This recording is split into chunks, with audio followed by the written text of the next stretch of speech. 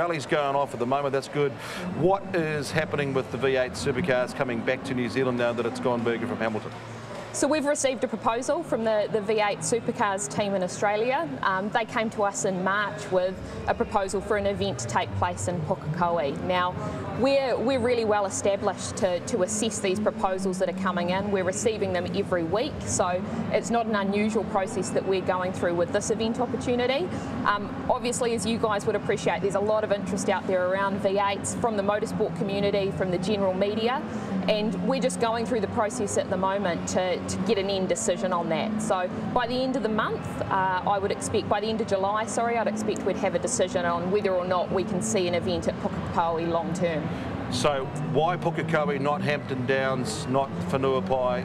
Was that Tony Cochran, the V8 Supercars, because they know that Pukekohe has been a big success for them in the past. They can get 100,000 petrolheads down to Pukekohe. It's got a petrolhead sort of base, but the track needs to be, what, they spend about $2 or $3 million to upgrade it. What's happening with that? Yeah, that's right. Ultimately, the decision around event venues does come from the event organiser, and Tony Cochran and his team were really clear on Pukekohe being their preferred option. I think there's a lot of reasons why Pukekohe works well. Certainly the access to the corporate market at Pukekohe will work well for them. It worked well previously, and the corporate market is something they really need to crack to make this event a success. So are they upgrading the track? There are upgrades required, so there would be for either a Hampton Downs or a Pukekohe option. The thing with Whanuapai for us right from the start was you look at the costs associated with building any temporary circuit, they're just extraordinary, and that's not something that's sustainable for Auckland long term. We heard that they were going to open up the old part of the circuit. Is that true?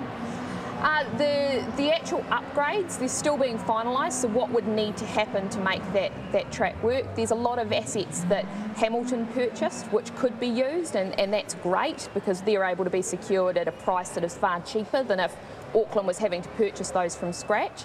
But in terms of the actual modifications to the track at Pukekohe as it currently stands, that detail's still being worked through. Right, we'll come back to that in just a moment. Let's go back out to Craig Lord and see what's happening. Sort of out and about down here at the service park, so let's just go back and repeat what's happening there with the Auckland City Council, the Super City, Pukekohe, home for the V8 Supercars. That's on the table. A decision coming up in the next month or so, perhaps for next year. Is it April, November? The date that's being looked at the moment is April, so April 2013 is when the V8s would like to see the first event taking place, and a decision will be made before the end of July. Fantastic. It's an exciting opportunity, you know, to be able to work in an industry where events like this are coming to you saying, look, we believe Auckland will really work for us. The V8's opportunity itself, you know, there's some huge visitor nights that can be generated, and that's what we're focused on. From an Auckland perspective, how many visitors can we get into our city? How much money can we take out of their back pockets to make this city work better in the future? How are you getting the forces together? Because unfortunately, sometimes in the past, the rally situation here is a great example of how when people work together, councils, organisations, you can make something good happen.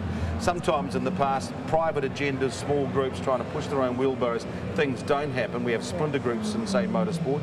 So how are you getting everyone together from Motorsport New Zealand, the Auckland Council with the V8 Supercars, promoters, to make sure that A, it works for the city, it works for the drivers, the teams, but it also works for the fans who are going to spend the dollars to come along and make it good to be a part of? That's something I think we do very well in Auckland. As you guys know, these major events don't happen with one party just pulling them together. So with the V8's proposal that we've been assessing, central government have been involved in that, V8 Supercars, the organisers and the owners of Pukekohe Park, Counties Racing Club have been involved, as well as a whole range of agencies like Auckland Transport, like Waterfront Auckland, a whole bunch of people that would really need to be right in behind this to make the event a huge success. Great. That's fantastic news. We'll keep this going because I'm really enjoying this. Let's go back out talking about enjoying it. Ken from the Auckland Tourism and Economic Development Council, looking at what we're doing in regards to the future of motorsport in New Zealand. The rally looks pretty cool at the moment. They're getting behind that. Good developments about the V8 Supercars, Pukekohe in April next year. What did the City of Auckland learn from the City of Hamilton about what went right down there and perhaps what went wrong down there? The format that took place in Hamilton is quite different to what Auckland's been asked to consider. Now, I think a lot of people will appreciate how extraordinary street circuits can be. You know, they do provide an opportunity to showcase the best of a city.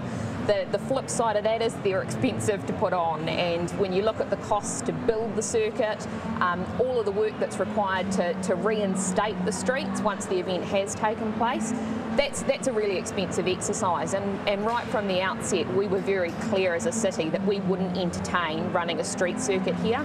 It's just not something we can afford. So I think the big key learning for us is looking at a facility-based option, understanding what the long-term use of that venue can be. You know, what are the other communities that could make the most of Pukekohe if there were upgrades to take place there? And that's certainly the track we've been assessing. What's been the attitude of the racing club? Because that's one of the reasons the petrol had said that they were being moved out of Pukekohe, because it was going to be taken over by the GGs, from horsepower back to the V8 horsepower. Yeah. And will there be any development for the facilities for the fans, i.e. grandstands, toilets, that sort of jazz, to make it bigger and better as a regular feature? Look, the team at Counties Racing Club have been great. The first session that I had out there with them, they were really clear in saying, look, we've got an equal mandate to look at motorsport and also horse racing. And that's something that's been really helpful for us as we've gone through this feasibility assessment.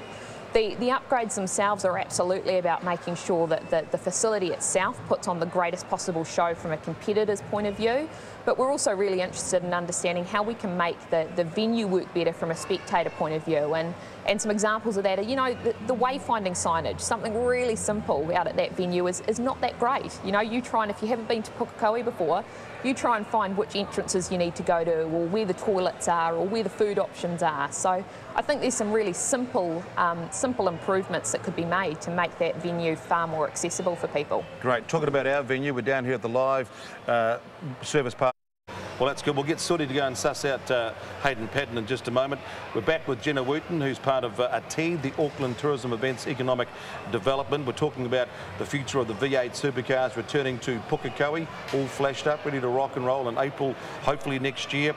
And we're looking at what they learned from the council, the negative side of things from Hamilton. You've obviously learned a few things from that. Has it been a hard sell with the council, Auckland City Council, the Super Council? The role we've had to undertake is really assessing what the opportunity is. So we received a proposal. We need to understand what the return is for the city in investing public money. We've needed to look at all of the risks, because with any major event there's a lot of risks that you do need to take into consideration.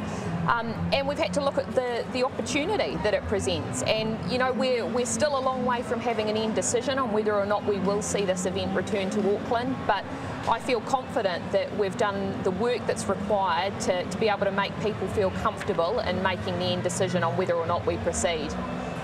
What sort of contract, like length of term, would you be after? Or what would Tony Cochran of the V8 Supercars be after? Yeah. I think from a V8 Supercars perspective, they're open for negotiation around that. You know, some of the contracts that they have in place with some of these Australian cities are sort of 20 years plus, which seems huge from an Auckland perspective. I think a term that would seem about right for us is probably around 5 years. You know, there'd obviously be annual performance targets that they'd have to achieve. You know, we'd be expecting them to meet the visitor night targets, to make sure that they were meeting the level of new money coming into Auckland that we from the outset have said, look, this is what you'd need to deliver on. And also international exposure targets. So although we look at a term of sort of that 5 years, they'd have to annually make sure they were hitting certain measures. Do they put a cost on that? I mean, they're taking it to other parts of the world, China and Abu Dhabi and all around there and that sort of jazz. Do they come to you and say, this is Auckland, if you want it, it's going to cost you 5-6 mil, whatever? They all do that, whether it's table tennis, yachting, rugby. Motorsport's no different. You know, they come to you and they say, look, we've got this opportunity. It's going to bring this many people to your city. We're going to showcase Auckland all around the world, and in exchange for that, we believe it's worth a sponsorship fee of X.